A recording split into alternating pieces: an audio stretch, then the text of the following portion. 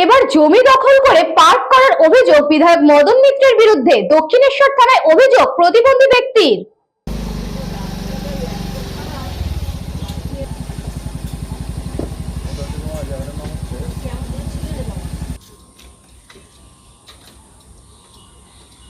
এখানে বাসিন্দা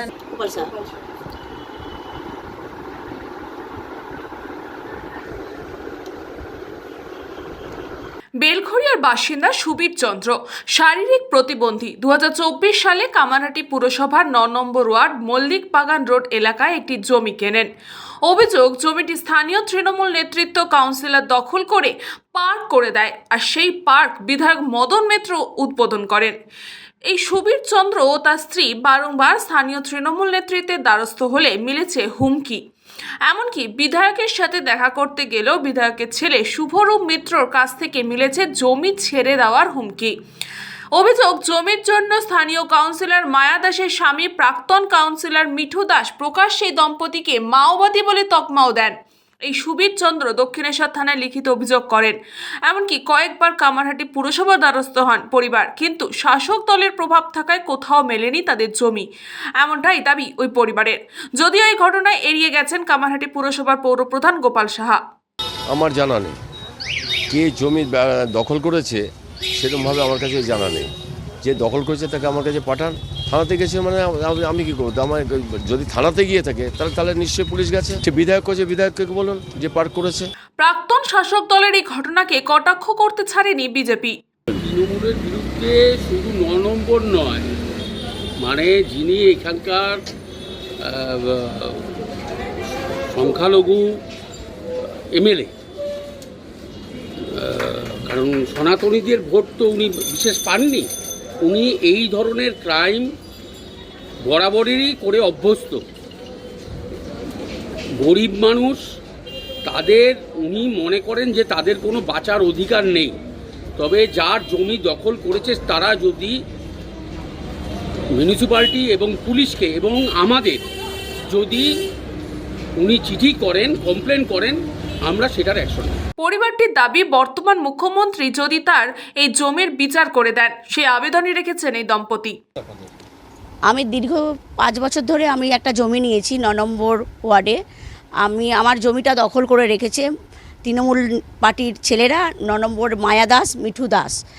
আর ওখানে একটা পার্ক করেছে, সেই পার্কেও মানে মদনদা উদ্বোধন করেছেন।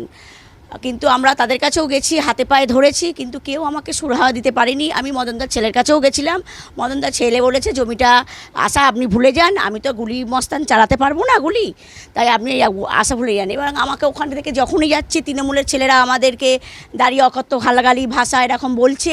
প্লাস আমাদেরকে মিঠু দাস মাইক্রোফোনে আমার 12 নম্বর ওয়ার্ডের কাউন্সিলরের সামনে, নবীন ঘোষালের সামনে আমাকে বলেছে মাওবাদী দুষ্কৃতী, এরা যখন এখানে আসবে জমি দখল করতে এদেরকে ঝ্যাঁটা জুতো দিয়ে তারা করবেন। যদি নতুন মুখ্যমন্ত্রীর কাছে দ্বারস্থ হচ্ছি, যদি আমাদের এইটা ফিরিয়ে দেন আমি তাহলে তার কাছে উপকৃত হব।